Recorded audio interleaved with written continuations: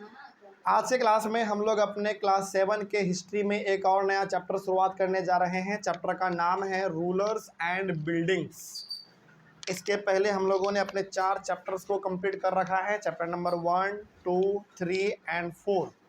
आज फाइनली हम लोग पहुंच चुके हैं अपने चैप्टर नंबर 5 को डिस्कस करने के लिए हिस्ट्री के अंदर।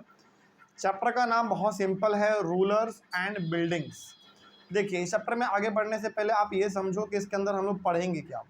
इसमें आप 2 चीज़ों के बारे में पढ़ेंगे, पहला राजा के बारे में और दूसरा आप पढ़ेंगे कि उस राजा ने किस प्रकार के बिल्डिंग्स बनवाए थे। जैसे एग्जाम्पल हमने आपको पहले भी बताया है और अभी बता रहे हैं, ध्यान से बस आपको सुनना है। देखो, पहले क्या होता था ना, कोई भी जब राजा बनते थे ना, तो वो ज़्यादातर कोशिश करते थे कि ज़्यादा से ज़्यादा बिल्डिंग बनाया जाए, वो भी शानदार शानदार बिल्डिंग बनाया जाए। क्योंकि हमने आपको एक बार बताया था, एक बार हमको याद आ रहा है, हमने बताया था आपको कि राजा ना ज़्यादा बिल्डिंग इसलिए भी बनवाते थे ताकि उनका पावर शो किया जा सके, अपने पावर को दिखाया जा सके। जैसे मान लीजिए, सपोज करिए कि आप बहुत अच्छे राजा हैं, आपके पास बहुत धन संपत्ति, पैसा, प्रॉपर्टी है, लोग आपको बहुत प्यार भी करते हैं, लेकिन आप बहुत सिंपल लाइफ जीते हैं। तो क्या आपके पावर को लोग देख पा रहा है? क्या नहीं देख पा रहा है। तो हर किसी के मन में ख्याल आएगा कि यार ये बहुत कमज़ोर राजा, चलो इसके ऊपर हमला करते हैं, उसको जीत लेते हैं, है ना। लेकिन वो राजा जो हमेशा अपना पावर दिखाते रहता है, कैसे दिखाएगा? अपना आर्मी बड़ा कर लेगा, अपना बिल्डिंग बहुत बड़ा बड़ा बनाएगा। ऐसे क्या होता है, पावर को इसे शो किया जाता है ताकि दूसरे राजा को देख के ही पसीना छूट जाए, है कि नहीं। तो इतिहास में, हिस्ट्री में ऐसे बहुत सारे राजा हुए हैं जिन्होंने काफ़ी शानदार शानदार बिल्डिंग बनवाए हैं अपने लोगों से। क्यों बनवाए हैं? ताकि अपने पावर को शो किया जा सके, दूसरे को दिखाया जा सके कि हम कितना पावरफुल है इस चीज़ के लिए, ठीक है।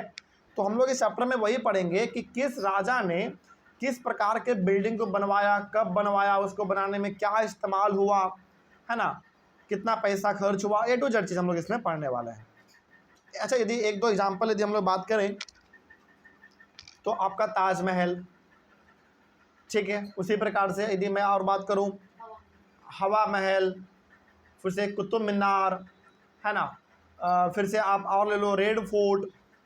किस राजा ने बनाया वो छोड़ो, हिंदू राजा ने बनाया, मुस्लिम राजा ने बनाया वो छोड़ो, लेकिन बनाया तो किसी राजा नहीं। क्या आपको लगता है किसी आम आदमी के बस का ये बात था क्या कि वो बना ले इतना बड़ा बड़ा बिल्डिंग महल? नहीं। आम आदमी को खाने के तक का पैसा नहीं जुट रहा है तो वो बिल्डिंग इतना बड़ा बड़ा कहाँ से बनाएगा, और वो बनाएगा भी क्यों, बताओ। तो जैसे आप एग्जाम्पल के तौर पे आज आप इंडिया में देखो तो बहुत सारे हमारे पास आज भी हिस्टोरिकल बिल्डिंग हैं। हिस्टोरिकल बिल्डिंग मतलब जो बहुत पुराने पुराने बिल्डिंग, एग्जाम्पल आपका लाल किला हो गया, ताजमहल हो गया, चार मीनार हो गया, कुतुब मीनार हो गया, और क्या है, आगरा फोर्ट हो गया, और क्या है बताओ, आप तो बहुत जानते होंगे, बहुत सारी चीज़ें हैं, है ना। एग्जाम्पल के तौर पे आप साउथ इंडिया में जाओ, आपको एक से एक मंदिर दिखेगा। तो उस समय के राजा अपने पावर को शो करने के लिए 2-3 चीज़ खूब करते थे। पहला, अपना आर्मी वो बहुत बड़ा रखते थे, अपने अंदर सैनिक बहुत सारे रखते थे ताकि दूसरे राजा देख के ही पीछे हट जाए, अरे भाई इसके पास सैनिक बहुत ज़्यादा है, लड़ेंगे तो हम हार जाएंगे। तो हर राजा पहला अपना सैनिक बढ़ाता था, अपना आर्मी बहुत एक्सपेंड करता था। वो दूसरा, बड़े बड़े बिल्डिंग बनाते थे ताकि दूसरे को देख के ही लग जाए कि इस राजा के पास पैसा बहुत ज़्यादा है, बहुत पावरफुल है हमसे।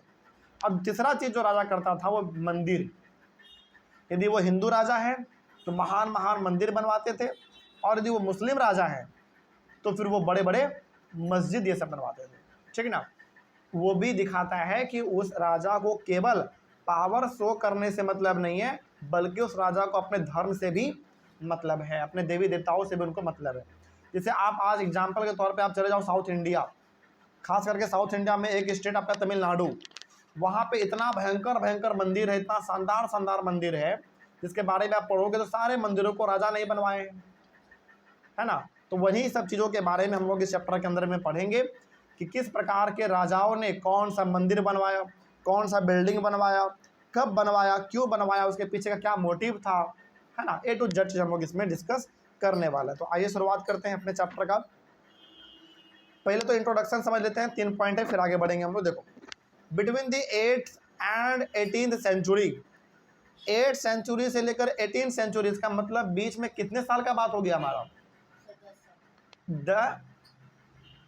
कितना साल? 10 साल नहीं, अरे 8th सेंचुरी से लेकर 18 सेंचुरी, एक सेंचुरी में 100 साल होता है ना, यहाँ पे कितना सेंचुरी हो गया हमारा, कितने सेंचुरी का गैप दिख रहा है, 10 सेंचुरी का गैप दिख रहा है, मतलब कितने साल का गैप हुआ, 1000 साल का गैप है हमारा।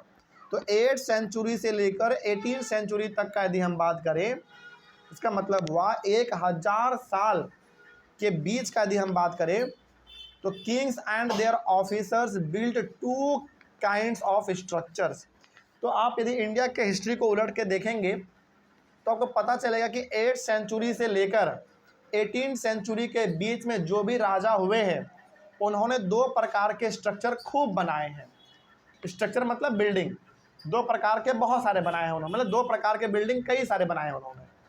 कौन सा वो 2 स्ट्रक्चर है, पहला देखो, first were forts, palaces, garden residences and tombs. पहला जो राजा ने बनाया है उस टाइम पे राजा ने, देखो सिंपल से समझो, हम लोग बात किसके बारे में कर रहे हैं, 1000 साल के बारे में बात कर रहे हैं।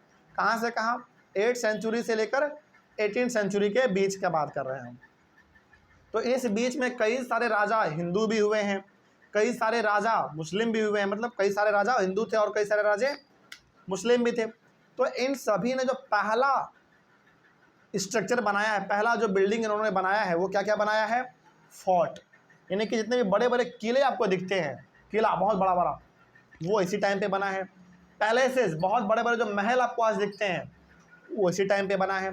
गार्डन रेसिडेंसेस, गार्डन रेसिडेंसेस का मतलब हो गया आज जो आपको बड़े बड़े गार्डन दिखते हैं, गार्डन मतलब बाग बगीचा, बहुत सुंदर सुंदर बड़े बड़े, हमारे इंडिया में से बहुत सारे हैं, ये सब उसी टाइम पे बना। अगला हमारा टॉम्ब, टॉम्ब मतलब जो मुस्लिम धर्म में एक तरीके से चलता है, हमारा फेमस है वहाँ पे, तो वो चीज़ हुआ हमारा। तो ये सारे प्रकार के स्ट्रक्चर जो आपको आज दिखते हैं, ये इसका शुरुआत इन्हीं टाइम के बीच में हुआ था, 1000 साल के बीच में ही हो गया था। आगे बढ़ते हैं, सेकंड क्या था, सेकंड क्या बनाया इन लोगों ने उस टाइम के बीच में सबसे ज़्यादा, वो देखो, second were structures for public activity. दूसरा चीज़ उन्होंने बनाया है पब्लिक एक्टिविटी के लिए, मतलब कि आम आदमी भी उसको क्या कर सकता है, इस्तेमाल कर सकता है। तो अभी जो आपने देखा ना, ये आम चीज़ नहीं है, उसको केवल कौन इस्तेमाल करेगा, राजा इस्तेमाल करेगा। जैसे किला, महल, बहुत बड़े बड़े बगीचे, गार्डन, टॉम्ब, टॉम्ब को हम लोग क्या बोलते हैं, मकबरा बोलते हैं, जो कि मुस्लिम धर्म में बहुत चलता है ये सब चीज़। तो ये सब चीज़ों का इस्तेमाल केवल कौन करता था उस समय पे, राजा और राजा के परिवार करते थे। लेकिन फिर आम आदमी के लिए क्या बनाया गया, बिल्कुल आम आदमी के लिए भी बहुत सारी चीज़ें बनाए गए थे उस समय पे। क्या क्या बनाए गए थे, देखो, पहला बनाया गया टेम्पल्स। यदि कोई हिंदू राजा था तो उन्होंने क्या बनाया होगा, टेम्पल्स बनाए होंगे। एग्जाम्पल, आप साउथ इंडिया जाओ, खास करके आप तमिलनाडु जाओ, वहाँ पे आपको एक से एक मंदिर आपको दिखेंगे जो हज़ारों साल पुराने हैं, आज भी चल रहा है ना। तो मंदिर हो गया। मॉस्क्यू, मॉस्क्यू मतलब मस्जिद, मस्जिद भी आपको दिखते हैं कई सारे इस टाइम के बीच में। टैंक्स, टैंक्स मतलब टैंक मतलब एक तरीके से बहुत बड़ा जगह जहाँ पे कि आके लोग क्या कर सकते हैं, नहा सकते हैं। टैंक का मतलब यहाँ पे टंकी में समझना कि पानी इकट्ठा करेंगे घर में लाएंगे, नहीं, यहाँ पे टैंक का मतलब क्या है, बड़ा सा तालाब।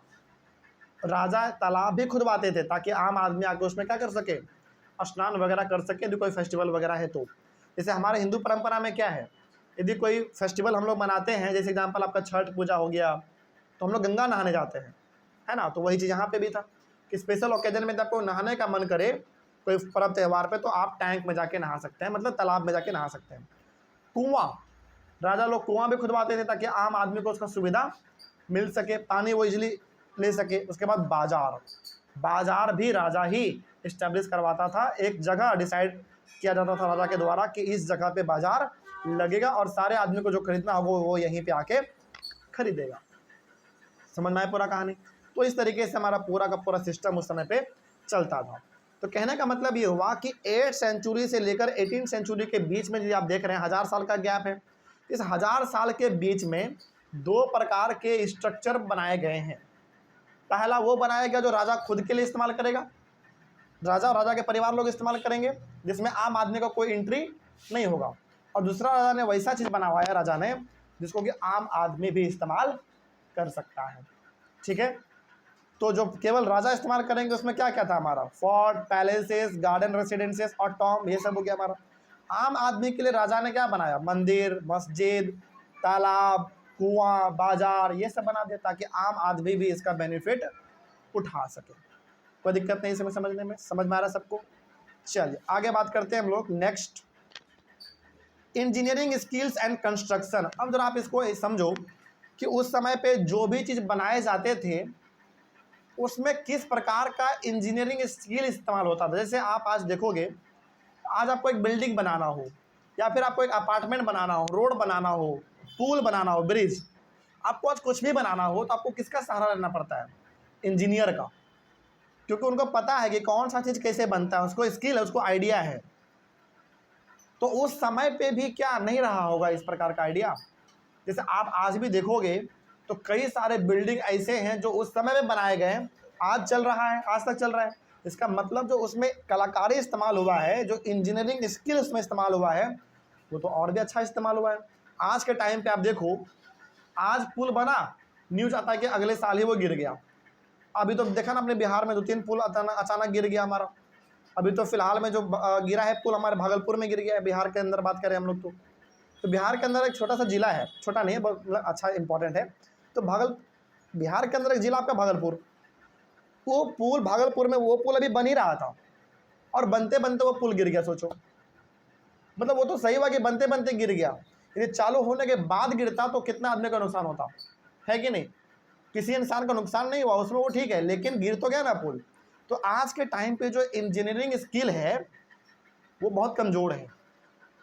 उस टाइम का जरा इमेजिन करो, आपको उस समय पे बनाया गया और आज तक चल रहा है। कितना समय हो गया? 700 साल, 800 साल, 1000 साल, 1500 साल, इतना पुराने पुराने बिल्डिंग आज भी चल रहे हैं। तो उस समय पे जो इंजीनियरिंग स्किल था किसी भी चीज़ को बनाने का, उसमें तो और अच्छा इस्तेमाल हुआ होगा आइडिया। वही हम लोग इसमें पढ़ेंगे क्या क्या आइडिया इस्तेमाल हुआ। तो इंजीनियरिंग स्किल हम लोग इस्तेमाल करेंगे, इसमें देखेंगे कि क्या क्या आइडिया इस्तेमाल हुआ। दूसरा कंस्ट्रक्शन देखेंगे कि कैसे उसको बनाया गया, मतलब क्या आइडिया लगाया गया और उसको कैसे बनाया गया। तो दोनों चीज़ हम लोग इसमें पढ़ने वाले हैं। तो आइए शुरुआत करते हैं। लिखा हुआ पहला point, between the 7th and 10th centuries. बताओ कितने साल का गैप हुआ इसमें? 3 सेंचुरी का, यानी कि 300 साल का गैप हुआ इसमें।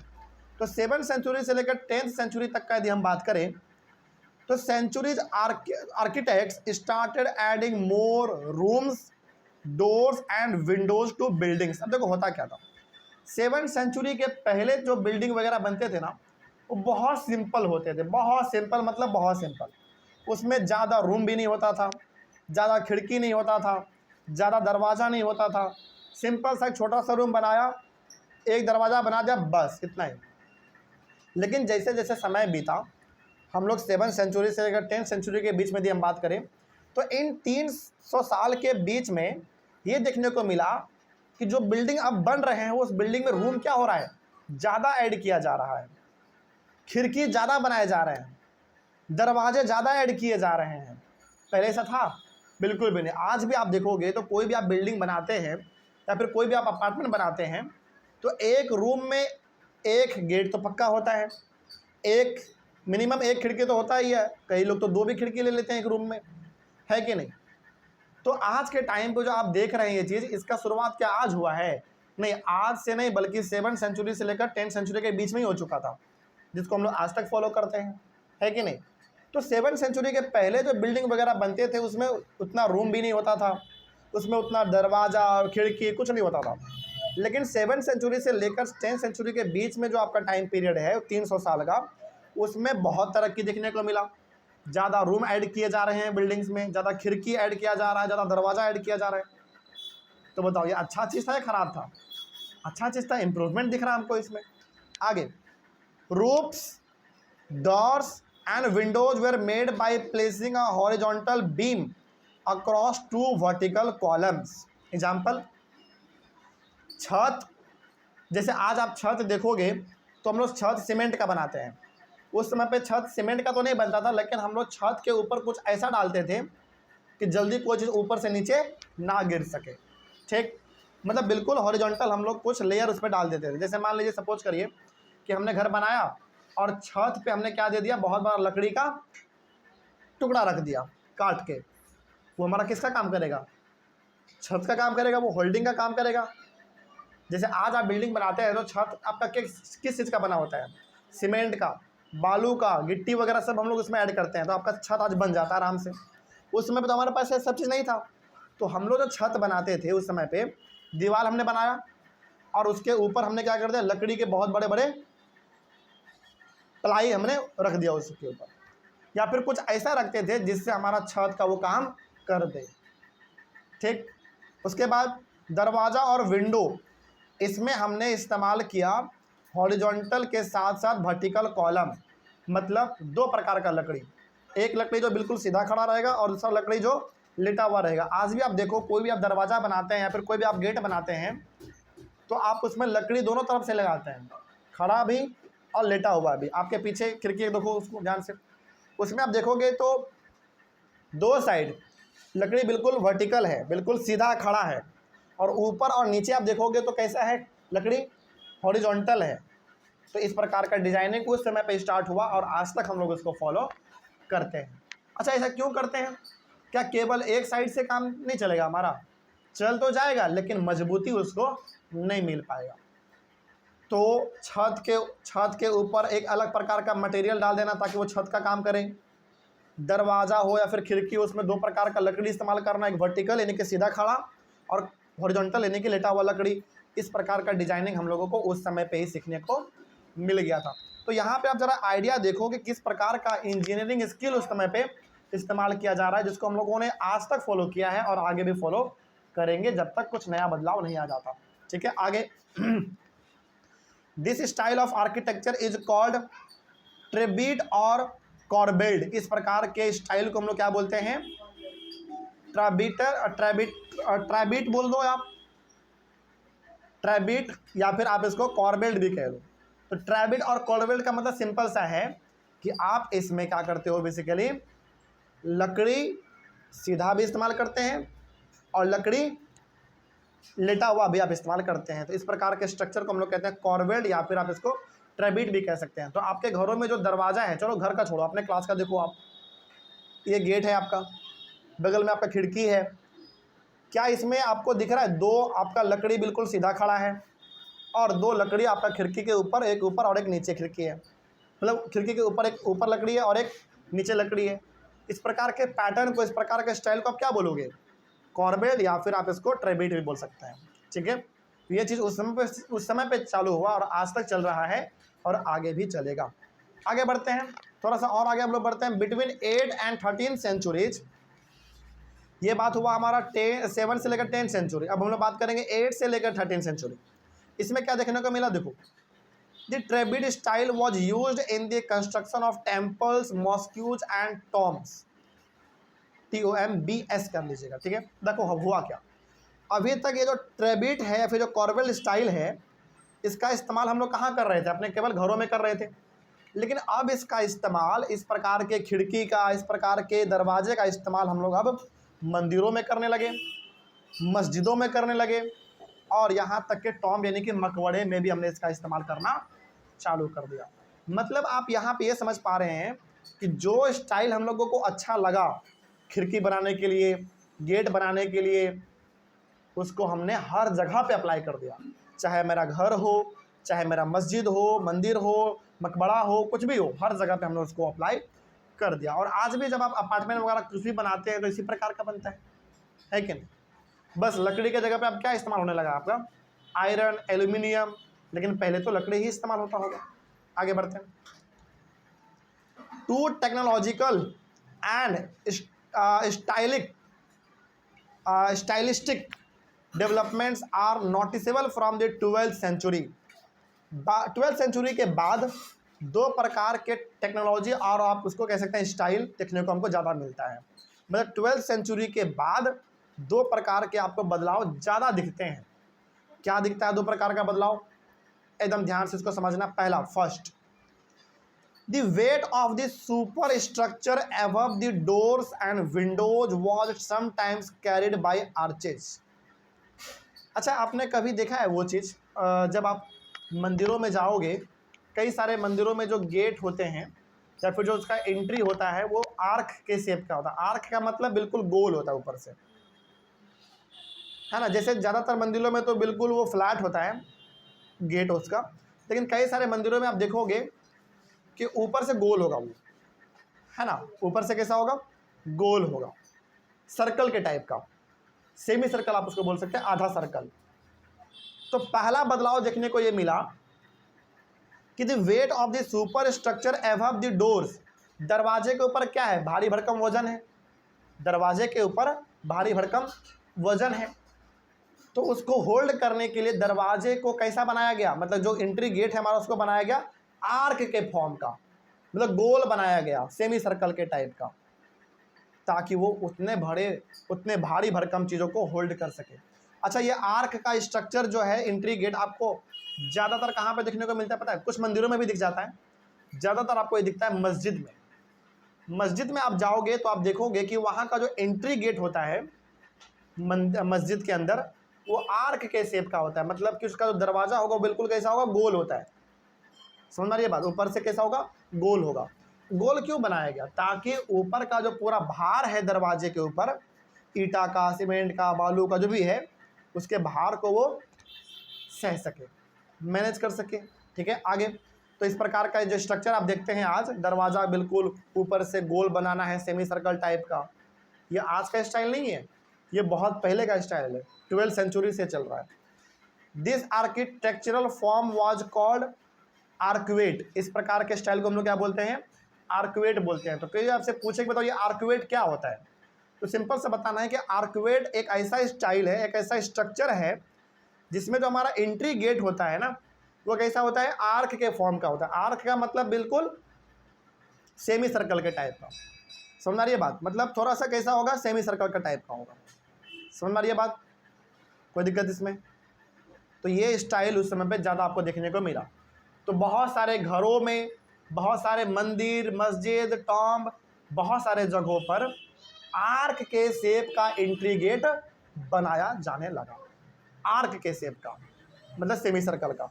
ठीक है, और इसके पीछे का मेन मोटिव केवल यही है कि ऊपर का जो भार है उसको वो क्या कर सके, होल्ड कर सके, सह सके।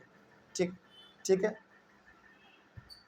अगला हमारा है second, limestone cement was increasingly used in construction. अब कंस्ट्रक्शन में, यानी कि बिल्डिंग, मस्जिद, मंदिर को बनाने में सीमेंट का इस्तेमाल होने लगा। सोचो, वो भी सीमेंट किसका, लाइमस्टोन का, मतलब पत्थरों का। तो जो आज सीमेंट आप आज इस्तेमाल करते हैं घर को बनाने के लिए, ये सीमेंट का इस्तेमाल हम लोग आज से नहीं कर रहे हैं, काफ़ी लंबे समय से कर रहे हैं। सीमेंट करता क्या है, सीमेंट आपके बिल्डिंग को या फिर जिसमें भी आप सीमेंट का इस्तेमाल करेंगे उसको मजबूत कर देता है, एकदम इसको स्ट्रॉन्ग कर देता है। इसीलिए आप देखोगे कि जिस चीज़ में सीमेंट का इस्तेमाल ज़्यादा नहीं होता वो जल्दी गिर भी जाता है, लेकिन जिसमें सीमेंट का इस्तेमाल ज़्यादा हुआ है तो वो मजबूत होगा, वो जल्दी गिरेगा नहीं, टूटेगा नहीं। ठीक ना। तो सेकेंड क्या दिखता है आपको बदलाव, सेकेंड आपको बदलाव दिखता है कि अब बिल्डिंग्स को बनाने के लिए किस चीज़ का इस्तेमाल होने लगा, सीमेंट का। ठीक है, जो कि पहले बिल्कुल नहीं होता था।